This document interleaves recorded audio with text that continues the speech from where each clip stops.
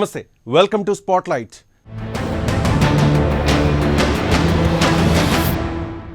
September 17పై తెలంగాణలో దాదాపు 73 ఏళ్లుగా వివాదం నలుగుతోంది.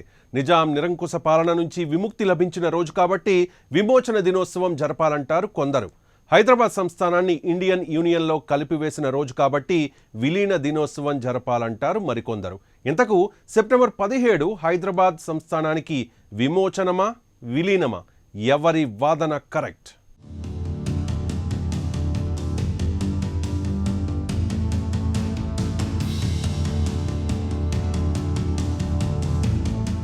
హైదరాబాద్ సంస్థానం భారత్లో కలిసి దశాబ్దాలు గడిచిపోయింది. అయితే ఆ కలయిక విలీనమా విమోచనమా అన్న దానిపై 72 ఏళ్లుగా చర్చ నడుస్తూనే ఉంది. కొందరు విలీనం అంటే, ఇంకొందరు మాత్రం కాదు విమోచనం అంటున్నారు. దీనిపై ముఖ్యంగా తెలంగాణలో రాజకీయ రగడ సాగుతోంది.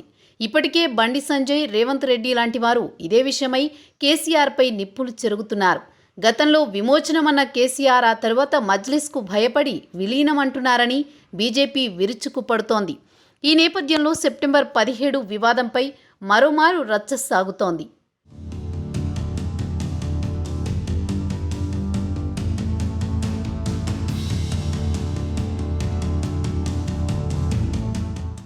తెలంగాణ రాష్ట్ర ఏర్పాటు తర్వాత కూడా సెప్టెంబర్ 17పై పంచాయతీ కొనసాగుతూనే ఉంది. ఈ ఏడాది కూడా రాజకీయాలను వేడెక్కించేందుకు ప్రతిపక్ష పార్టీలు సిద్ధమయ్యాయి. ప్రభుత్వాన్ని ఇరుకున పెట్టడానికి కార్యాచరణ ప్రిపేర్ చేస్తున్నాయి. ప్రధాన ప్రతిపక్షాలు పెద్ద ఎత్తున కార్యక్రమాలు నిర్వహించేందుకు రెడీ అవుతున్నాయి. దేశానికి 1947 ఆగస్టు 15న స్వాతంత్ర్యం వస్తే హైదరాబాద్ సంస్థానం మాత్రం 1948 సెప్టెంబర్ 17న భారత్లో విలీనమైంది. అప్పటి నుంచే ఈ గడ్డపై మువ్వన్నెల జెండా ఎగురుతోంది. అయితే సెప్టెంబర్ 17ను కమ్యూనిస్టులు సాయుధ పోరాట విజయోత్సవ దినంగా భావిస్తారు. బీజేపీ మాత్రం విమోచన దినం అంటుంది. ఇంకొన్ని పార్టీలు విలీన దినంగా చెబుతాయి. ఎవరే మాట చెప్పినా సెప్టెంబర్ 17ను అధికారికంగా నిర్వహించాలన్న డిమాండ్ను ఎప్పటి నుంచో అన్ని పార్టీలు చేస్తున్నాయి. రైతాంగ పోరాటం చేసినప్పుడు కూడా ప్రజలందరూ పోరాటం చేశారు. అది అటు వీళ్ళందరికీ కూడా ఆ రోజు స్వతంత్రం వచ్చినటువంటి దినంగా భావించాలి వాస్తవంగా. కానీ ఇప్పుడు ఏమైందంటే ఈ రాజకీయాలు ఎక్కువైపోయినాయి. ఓట్ల రాజకీయాలతోటి ఇది విలీనమా, ఇది విద్రోహమా, ఇది విమోచనమా అనేటువంటిది ఒక ఆలోచన పెట్టి దీన్ని కన్ఫ్యూజ్ చేస్తున్నారు ప్రజలను. ఇది విద్రోహం అని ఎవరు అంటున్నారు? కమ్యూనిస్టులు విద్రోహం అంటున్నారు. ఎందుకు అంటున్నారు వాళ్ళు? మేము సపరేట్ రాజ్యం చేసుకుందాం అనుకున్నాం, మాస్కో లాగనో చైనా లాగనో. దాన్ని కాకుండా చేసింది ఇండియన్ యూనియన్ గవర్నమెంట్ కాబట్టి ఇది ఇండియన్ యూనియన్ చేసిన విద్రోహం అని కమ్యూనిస్టులు అంటారు. కాంగ్రెస్ వాళ్ళు ఏమంటారు? ఇండియన్ యూనియన్లో దీన్ని కలిపినాం కాబట్టి, కలిసింది కాబట్టి ఇది విలీనం అంటారు. కానీ భారతీయ జనతా పార్టీ ఏమంటుంది? ఇది విమోచన అంటుంది. అంటే ముస్లింల నుంచి మేము ఇది విమోచన పొందింది, హిందువులంతా విమోచన పొందిండ్రు కాబట్టి ముస్లిం రాజ్యం నుండి దీన్ని విమోచన అని వాళ్ళు అంటున్నారు.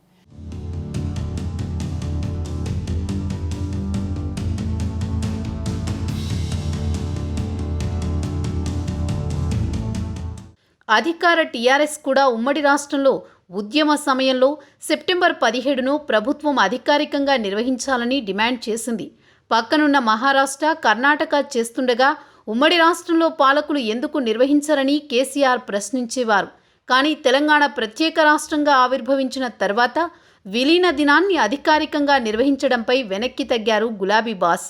ఎవరికి వారు పార్టీ కార్యాలయాల్లో జెండాలు ఎగరేసుకోవచ్చని యూటర్న్ తీసుకున్నారు. దీంతో కేసీఆర్ వైఖరిపై ప్రతిపక్ష పార్టీలు ఆగ్రహం వ్యక్తం చేస్తున్నాయి. తెలంగాణ వచ్చాక కూడా సెప్టెంబర్ 17ను అధికారికంగా నిర్వహించకపోవడాన్ని తప్పుపడుతున్నాయి. అటు బీజేపీ, ఇటు కాంగ్రెస్ జెండాలు ఎగిరేసి ప్రతి ఏటా విమోచన, విలీన కార్యక్రమాలు చేయడానికి పోటీ పడుతున్నాయి. సెప్టెంబర్ 17పై పొలిటికల్ వెదర్ను హీటెక్కించేందుకు బీజేపీ, కాంగ్రెస్ స్కెచ్ గీస్తున్నాయి. స్టేట్ ఫోకస్ మొత్తం తమ వైపు తిప్పుకోవడానికి పోటీ పడుతున్నాయి. కానీ రాష్ట్రం వచ్చాక 7.5 ఏళ్లుగా సీఎంగా కొనసాగుతున్న కేసీఆర్ మాత్రం దీనిపై ఎలాంటి నిర్ణయం తీసుకోకపోవడమే ఆశ్చర్యమంటున్నారు పరిశీలకులు.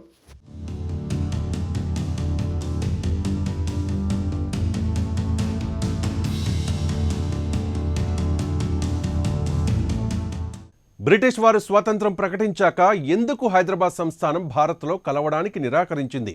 అదే సమయంలో పాకిస్తాన్తో దోస్తీకి సిద్ధమైన నిజాంను పటేల్ ఎలా దారికి తీసుకొచ్చారు? చివరకు హైదరాబాద్ సంస్థానం భారత్లో ఎలా కలిసింది?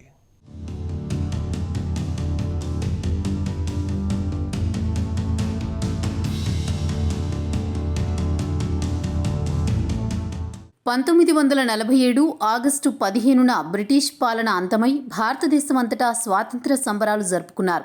కానీ దేశం నడిబొడ్డున ఉన్న హైదరాబాద్ సంస్థాన ప్రజలకు ఆ అదృష్టం లేకుండా పోయింది. ఇక్కడి ప్రజలు మాత్రం ఇంకా నిరంకుశ రాజరిక పాలనలో మగ్గిపోవలసిన దుస్థితి. అప్పటి వరకు బ్రిటిష్ వారికి సామంతుడిగా ఉన్న హైదరాబాద్ నవాబ్ మీర్ ఉస్మాన్ అలీ ఖాన్ తాను కూడా స్వతంత్రుణ్ణి అయ్యానని ప్రకటించుకున్నాడు. హైదరాబాద్ అటు ఇండియాలో ఇటు పాకిస్తాన్లో కలవదని, స్వతంత్రంగా ఉంటుందని తొలుత ప్రకటించాడు. కానీ సంస్థానంలోని ప్రజలు తాము భారతదేశంలో కలవాలని కోరుకున్నారు. మా నిజాం రాజు తరతరాల బూజు అని ప్రముఖ కవి దాశరథి కృష్ణమాచార్యులు ఆనాడే రాశారు. ఈ వాక్యం ఆనాటి నిరంకుశ పాలనా విధానానికి అద్దం పడుతుంది. ఆనాటి హైదరాబాద్ సంస్థానంలోని తెలంగాణ, మరాఠ్వాడా, కర్ణాటక ప్రాంతాల్లో ఇంకా ఫ్యూడల్ పాలన కొనసాగుతోంది. ఒకవైపు దేశ్ముఖ్, జాగీర్దార్, దొరల వెట్టి చాకిరీలో గ్రామీణ ప్రజానీకం మగ్గిపోతుంటే మరోవైపు నిజాం అండతో రజాకార్లు చెలరేగిపోయారు. ప్రజల మాన ప్రాణాలకు రక్షణ లేకుండా పోయింది. గ్రామాలపై పడి ప్రజలను దోచుకుని హత్యాకాండను కొనసాగించారు. నిజాం ప్రోద్బలంతో రజాకార్లు నాయకుడు కాసిం రజ్వీ ఢిల్లీ ఎర్రకోటపై అసఫ్ జాహీ పతాకాన్ని ఎగరవేస్తానని శపథం కూడా చేశాడు. పురుషులను ఊచకోత కోసి మహిళలను నగ్నంగా బతుకమ్మ ఆడించిన దారుణ పరిస్థితులు ఏర్పడ్డాయి. ఇప్పటికీ ఈ అకృత్యాల గురించి తెలంగాణ పల్లెల్లో కథలు కథలుగా చెప్పుకుంటారు జనం. ఇంగ్లీష్ వాళ్ళు ఇదే నైజాముల యొక్క సపోర్ట్ తోటి ఇంగ్లీష్ వాళ్ళు 1000 మంది గోండ్లను దాదాపు ఒక మర్రి 1000 ఊడల మర్రికి వాళ్ళను ఉరిదీయడం జరిగింది. ఆ తర్వాత బైరాన్పల్లిలో దాదాపు 70-80 మందిని ఒకే లైన్లో నిలబెట్టి వాళ్ళను కాల్చివేసిండ్రు. మన చేరియాల దగ్గర ఉన్నటువంటిది పర్కాల దగ్గర కూడా అట్లనే 17 మందిని కాల్చివేయడం జరిగింది. అనేక గ్రామాలలో ఇండ్లు తగలబెట్టడం, గడ్డివాములు తగలబెట్టడం, స్త్రీలను చర్చడము, అత్యాచారం చేయడం, అది భరించలేక స్త్రీలు బావిలలో పడి చచ్చిపోవడం ఇదంతా జరిగింది. కాబట్టి ముక్కోనపు యుద్ధం జరిగింది అప్పుడు నైజాంలో. ఒకటేమో రజాకార్ల నుంచి ఒత్తిడులు, అరాచకాలు, దౌర్జన్యాలు, దోపిడీలు.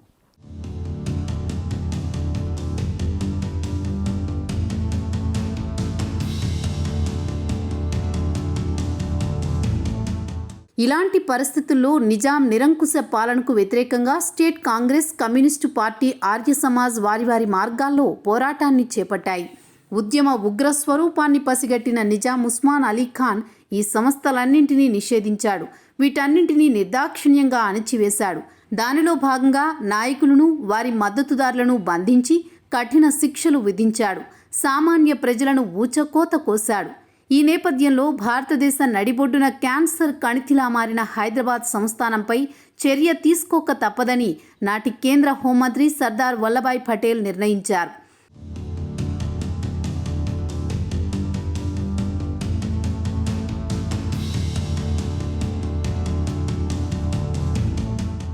బ్రిటిష్ వారు దేశం విడిచిపెట్టిన తర్వాత 552 స్వదేశీ సంస్థానాల్లో చాలా వరకు భారతదేశంలో విలీనమయ్యాయి. వీటి విలీనంలో దేశ తొలి హోంమంత్రి సర్దార్ వల్లభాయ్ పటేల్ కృషి మరిచిపోలేనిది. ఆయన కృషి మూలంగానే భారత్ ఐక్యంగా ఏర్పడింది. పటేల్ వ్యూహాలను ముందే ఊహించిన నిజాం నవాబు పాకిస్తాన్ సాయం కోసం వర్తమానం పంపడంతో పాటు ఐక్యరాజ్య సమితిని ఆశ్రయించాడు. ఈ పరిణామాల నేపథ్యంలో మేజర్ జనరల్ చౌదరి నాయకత్వంలో 1948 సెప్టెంబర్ 13న భారత సైన్యం ఆపరేషన్ పోలో పేరిట హైదరాబాద్ సంస్థానాన్ని ముట్టడించింది. దీనికి పోలీస్ యాక్షన్ అనే పేరు పెట్టారు. ఈ చర్యకు ప్రతిచర్యగా రజాకార్ల నాయకుడు కాసిం రజ్వీ ఎర్రకోట మీద అసఫ్ జాహీ జెండా ఎగురవేస్తామని బీరాలు పలికాడు. సైన్యంతో పాటు రజాకారులు యుద్ధంలో దిగారు. కేవలం 5 రోజుల పోరాటం అనంతరం నిజాం సైన్యం చేతులెత్తేసింది. దాంతో ఆ తర్వాత సెప్టెంబర్ 17న నిజాం నవాబు లొంగుబాటు ప్రకటన చేశారు. ఈ విధంగా హైదరాబాద్ వాసులకు స్వాతంత్ర్యం వచ్చింది.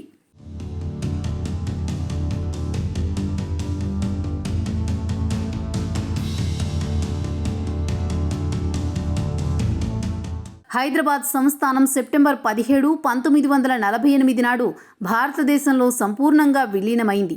ఇంత గొప్ప ధీరోదత్త చరిత్ర ఉంది కాబట్టి సెప్టెంబర్ 17ను తెలంగాణ విమోచన దినోత్సవంగా పాటిస్తారు నిజాం వ్యతిరేకులు. కానీ నేడు ఈ చరిత్రను ఎవరికి తోచిన విధంగా వారు చెబుతున్నారు. భారత స్వాతంత్రోద్యమ చరిత్రలో 1947 ఆగస్టు 15కు ఎంత ప్రాధాన్యం ఉందో తెలంగాణ విమోచనం జరిగిన 1948 సెప్టెంబర్ 17కు అంతే ప్రాముఖ్యం ఉందనేది చరిత్రకారుల వాదన. ఈ రెండు స్వాతంత్ర దినోత్సవాలే దురదృష్టవశాత్తు తెలంగాణ ప్రజలు ఉత్సవాలను జరుపుకోలేకపోతున్నారంటూ బీజేపీ లాంటి పార్టీలు అగ్గి మీద గుగ్గిలమవుతున్నాయి. ఇక్కడ మనం గమనించాల్సిన మరో ముఖ్య విషయం ఏంటంటే హైదరాబాద్ సంస్థానం నుండి విడిపోయిన కొన్ని ప్రాంతాలు మహారాష్ట్రలోనూ కర్ణాటకలోనూ కలవడంతో ప్రతి ఏటా 17 సెప్టెంబర్ నాడు విమోచన దినోత్సవ వేడుకలను ఆయా రాష్ట్ర ప్రభుత్వాలు అధికారికంగా ఘనంగా నిర్వహిస్తున్నాయి. కానీ పాత హైదరాబాద్ సంస్థానంలోని ప్రధాన భాగమైన తెలంగాణ మాత్రం ఈ అదృష్టానికి దూరంగా ఉండిపోయింది. దీనికి కారణమేమిటో ఏలిన వారికే ఎరుక అన్నట్లు తయారైంది పరిస్థితి. ఇంత గొప్ప చరిత్ర ఉంది కాబట్టి తెలంగాణలో సెప్టెంబర్ 17 వేడుకలను జరపాలని పలువురు కోరుతున్నారు. రజాకారులు బానిసత్వాన్ని సెప్టెంబర్ 17 తారీఖున విముక్తిపరిచారు. మనకు అందరికీ స్వాతంత్రం 1947 ఆగస్టు 15కి వస్తే మన తెలంగాణకు 1948 సెప్టెంబర్ 17 రోజు వచ్చింది. కావున మనం ఖచ్చితంగా దీని మీద అధికారికంగా తెలంగాణ ఉత్సవాలు జరుపుకోవాలి. అందరికీ దేశం మొత్తానికి సంవత్సరానికి వెనుకకు వచ్చింది. ఎందుకు వెనుకకు వచ్చిందో ఈరోజు ఈ ప్రభుత్వాలు గుర్తించి కంపల్సరీ ఈ రజాకారుల వ్యతిరేక దినంగా మనం సెప్టెంబరు 17న నిర్వహించుకోవాలి. కంపల్సరీ తెలంగాణ విమోచన దినంగా.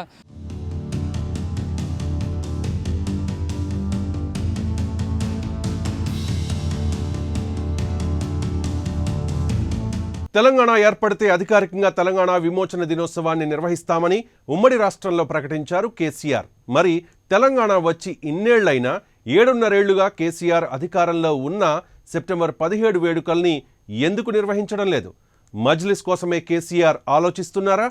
సెప్టెంబర్ 17ను మతంతో ముడిపెడుతోన్నదెవరు?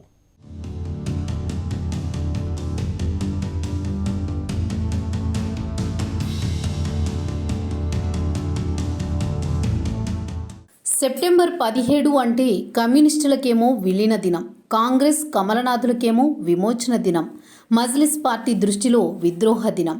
అధికార టీఆర్ఎస్ మాత్రం ఎటూ తేల్చడం లేదు.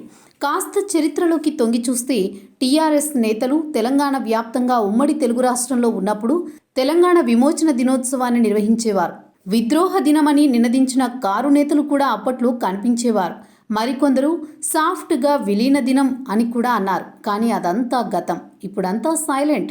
అప్పటి ప్రభుత్వాల్ని అస్థిరపరిచేందుకు, తద్వారా తెలంగాణ డిమాండ్ని గట్టిగా వినిపించేందుకు టీఆర్ఎస్ అత్యంత కీలకమైన సెప్టెంబర్ 17వ తేదీని తనకు కావలసిన విధంగా వాడేసుకుని ఇప్పుడు మాత్రం గాలి కొదిలేసిందన్న ఆరోపణలు ప్రతిపక్షాల నుండి వినిపిస్తున్నాయి. అప్పట్లో కేసీఆర్ ఏమన్నారో ఇప్పుడోసారి చూద్దాం. 3 రంగుల జెండా తెలంగాణ గడ్డ మీద మన జాతీయ పతాకమైన 3 రంగుల జెండా ఎగిరిన దినం సెప్టెంబర్ 17వ తేదీ. 1948 సంవత్సరంలో సెప్టెంబర్ 17 నాడు మనకు స్వతంత్రం వచ్చింది. ఇక్కడ మన జాతీయ జెండా ఇలా మనం గొప్పగా కొలుచుకునేటువంటి, గొప్ప గుండెలో పెట్టుకునేటువంటి మన జాతీయ భావనకు ఆలవాలంగా ఉన్నటువంటి మన మువ్వన్నెల జెండా ఈ గడ్డ మీద రెపరెపలాడింది సెప్టెంబర్ 17, 1948. ఇది మీరు మంచిగా జనానికి చెప్పారు. వాళ్ళ శరారత ఏందో అర్థం కావాలి. తెలంగాణ మొత్తం హైదరాబాద్ స్టేట్ పేరుతో ఉంది. మన కర్మం బాగాలేక మనం ఇలా కలిసినప్పుడు 2 ముక్కలు, అంటే తెలంగాణ హైదరాబాద్ స్టేట్ల ముక్కలు, ఒక్క ముక్కనేమో కర్ణాటకకు పోయింది. ఒక 3 జిల్లాలు, ఒక 4-5 జిల్లాలు మరాఠవాడలో కలిసినాయి. ఆ ప్రజలు మరాఠీ మాట్లాడతారు కాబట్టి మేము ఎలా కలుస్తామంటే కలుమని కలిసింది. అక్కడ వాళ్ళు చేసే మర్యాద ఇలా మహారాష్ట్ర రాష్ట్రం వాళ్ళు కావచ్చు, కర్ణాటక రాష్ట్రం వాళ్ళు కావచ్చు, వాళ్ళు ఎంత గొప్పోళ్ళు అంటే వీళ్ళు హైదరాబాద్ స్టేట్లో ఉండి మన రాష్ట్రంలో కలిసిండ్రు. వీళ్ళని గౌరవించాలని చెప్పి 17 సెప్టెంబర్ ఏదైతే హైదరాబాద్ స్టేట్ స్వతంత్ర దినం వచ్చిందో ప్రత్యేకంగా జీవోలు ఇచ్చి, ప్రత్యేకంగా నిధులు విడుదల చేసి 17 సెప్టెంబర్ నాడు అటు కర్ణాటక ప్రభుత్వం, ఇటు మహారాష్ట్ర ప్రభుత్వం ఇద్దరు కూడా స్వతంత్ర దినాన్ని అక్కడ జరుపుతున్నారు. ఏవైతే హైదరాబాద్ స్టేట్లో ఉండి దానిలో కలిసిన జిల్లాలనేయో ఆ జిల్లా కలెక్టర్లకు ఆదేశం ఇచ్చి అక్కడ జరుపుతున్నారు. ఇక్కడ కూడా మాకు ఎందుకు జరపరు? అసలు తెలంగాణ ఇక్కడ ఉన్నది, అసలు హైదరాబాద్ స్టేట్ పెద్ద ముక్క ఇక్కడ ఉన్నది, మాది ఎందుకు జరపరు అని అడిగినాం.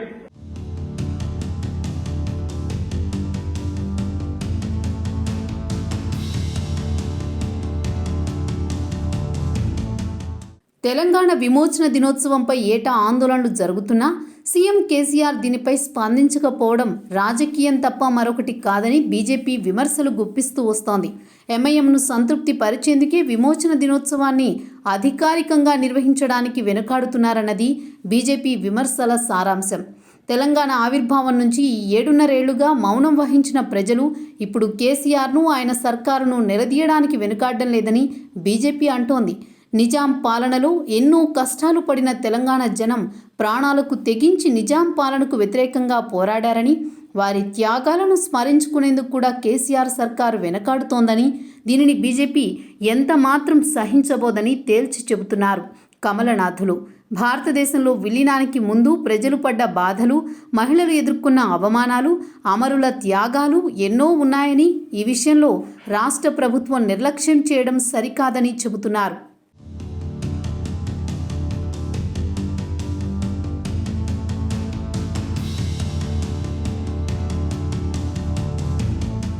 ప్రత్యేక రాష్ట్రం వచ్చిన తర్వాత టీఆర్ఎస్ మజ్లిస్ల మధ్య విభేదాలు తొలగిపోయి సఖ్యతగా ఉంటున్నారు. 2 పార్టీలు కలిసి మిత్రపక్షాలుగా ముందుకు వెళుతున్నాయి. ఈ నేపథ్యంలోనే కేసీఆర్ తెలంగాణ విమోచన దినం నిర్వహిస్తే అది తమ మిత్రపక్షమైన మజ్లిస్ మనోభావాలను దెబ్బతీస్తుందని, అందుకే ఆ వేడుకలను నిర్వహించేందుకు గులాబీ ప్రభుత్వం జంకుతోందని చెబుతున్నారు విశ్లేషకులు. బీజేపీ లాంటి పార్టీ అయితే మజ్లిస్ ఒత్తిళ్లకు తలగ్గే సెప్టెంబర్ 17 వేడుకలను కేసీఆర్ ప్రభుత్వం పట్టించుకోవడం లేదని, తెలంగాణ విమోచన దినాన్ని మతంతో ముడిపెట్టడం సరికాదంటున్నారు. అలాగే ఎప్పటికప్పుడు అవకాశవాద రాజకీయాలు చేయడం మానుకోవాలని కేసీఆర్ సూచిస్తున్నారు. ఈనాడు తెలంగాణ గవర్నమెంట్ వచ్చినాక ఇది ఎందుకు చేయడం లేదు, తెలంగాణ విమోచన దినాన్ని ఎందుకు పాటించడం లేదు అనే దాంట్లో అది బీజేపీ ఎస్ అంటే నో అనాలి అంతే, అంతకంటే వేరే విషయం ఏం లేదు. అది రాజకీయాలలో ఒకరు ఎస్ అంటే ఇంకొకరు నో అనాలి అంతే, అంతకంటే వేరే మార్గం లేదు.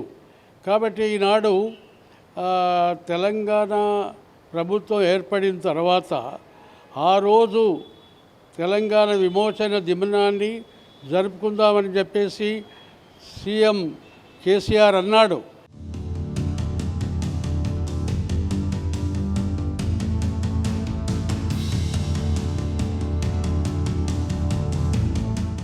సెప్టెంబర్ 17న అధికారికంగా వేడుకలు జరపాలని ఇప్పటికే బీజేపీ రాష్ట్ర అధ్యక్షుడు బండి సంజయ్ సీఎం కేసీఆర్కు ఒక బహిరంగ లేఖ రాశారు.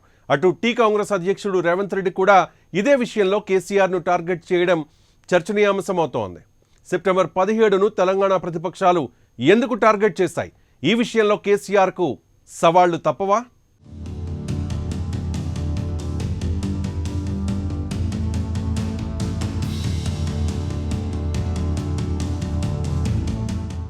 సార్వత్రిక ఎన్నికలకు ఇంకా చాలా టైం ఉన్నప్పటికీ తెలంగాణలో మాత్రం పొలిటికల్ వార్ నడుస్తోంది. అధికారంలో ఉన్న టీఆర్ఎస్ను ఎదుర్కొనేందుకు బీజేపీ, కాంగ్రెస్లు ఇప్పటి నుంచే సన్నాహాలు చేసుకుంటున్నాయి. దీనిలో భాగంగా గత కొంతకాలంగా ర్యాలీలు, సభలు, సమావేశాలు, పాదయాత్రలతో ఈ 2 పార్టీలు తెగ హడావిడి చేస్తున్నాయి. తెలంగాణలో టీఆర్ఎస్కు తామే ప్రత్యామ్నాయంగా నిలిచేందుకు ఈ పార్టీలు జన సమీకరణపై దృష్టి పెట్టడం ఆసక్తి రేపుతోంది. మరోవైపు ఈ 2 పార్టీలు సెప్టెంబర్ 17వ తేదీని టార్గెట్ చేయడం రాజకీయ వర్గాల్లో చర్చనీయాంశంగా మారింది. సీఎం కేసీఆర్ గతంలో ముందస్తు ఎన్నికలకు వెళ్లి ప్రతిపక్ష పార్టీలకు సర్దుకోకుండా ఛాన్స్ లేకుండా చేశారు. ఈ నిర్ణయం టీఆర్ఎస్ అధికారంలోకి రావడానికి దోహదపడగా ప్రతిపక్ష పార్టీలకు మాత్రం దిమ్మ తిరిగే షాక్ ఇచ్చింది. అయితే మరోసారి కేసీఆర్ ముందస్తు ఎన్నికలకు వెళ్లినా ఆశ్చర్యం లేదని ప్రతిపక్ష పార్టీలు భావిస్తున్నాయి. ఈ నేపథ్యంలోనే తెలంగాణలో ప్రధాన ప్రతిపక్ష పార్టీలుగా ఉన్న బీజేపీ, కాంగ్రెస్ సైతం ముందస్తుకు సన్నాహాలు చేసుకుంటున్నాయి. ఈ 2 పార్టీలు కూడా తాము నిర్వహించే కార్యక్రమాలకు భారీగా జన సమీకరణ చేస్తూ టీఆర్ఎస్కు గట్టి సవాల్ను విసురుతున్నాయి. తెలంగాణ బీజేపీ రాష్ట్ర అధ్యక్షుడిగా బండి సంజయ్ నియామకం అయ్యాక ఆ పార్టీలో జోష్ నెలకొంది. దుబ్బాక ఉప ఎన్నికల్లో బీజేపీ గెలిచి టీఆర్ఎస్కు గట్టి షాక్ ఇచ్చింది. ఆ తర్వాత జరిగిన జీహెచ్ఎంసీ ఎన్నికల్లో టీఆర్ఎస్కు ధీటుగా సీట్లను సాధించింది. తాజాగా హుజురాబాద్ ఉప ఎన్నికల్లోనూ టీఆర్ఎస్కు ధీటుగా బీజేపీ ప్రచారం చేస్తూ దూసుకువెళుతోంది. బండి సంజయ్ పాదయాత్ర చేస్తూ ప్రజలతో మమేకమవుతూ జనాలను ఆకట్టుకున్నారు. ఆయన పాదయాత్రకు జనాల్లోనూ మంచి స్పందన వస్తోంది.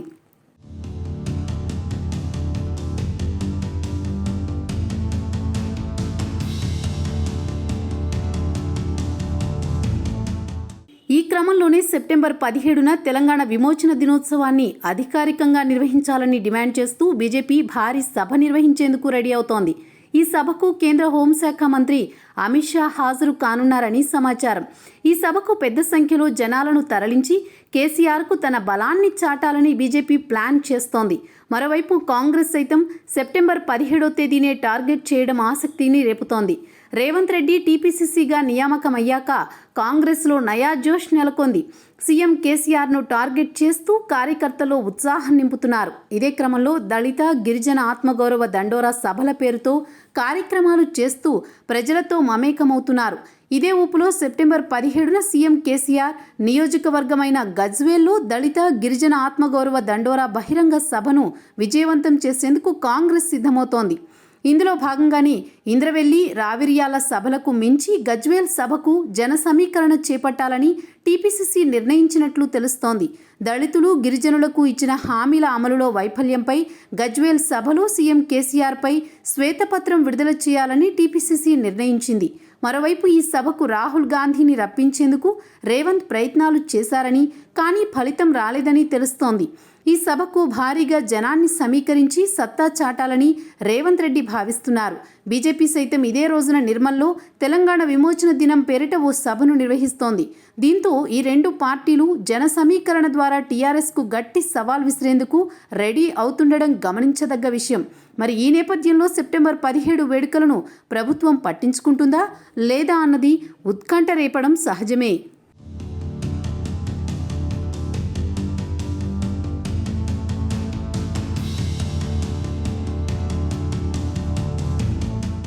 ఏది ఏమైనా నిజాం నిరంకుశ పాలన నుంచి విముక్తి లభించిన రోజున ఆ ప్రాంత ప్రజలు సంబరాలు చేసుకోవడంలో కొత్తేమీ లేదు. అయితే సెప్టెంబర్ 17 వేడుకల్ని అధికారికంగా నిర్వహించాలన్న డిమాండ్లను మాత్రం ప్రభుత్వం పట్టించుకోవడం లేదు. ఇది ఇవాల్టి స్పాట్లైట్. మరో అంశంతో మళ్ళీ కలుద్దాం. Stay tuned.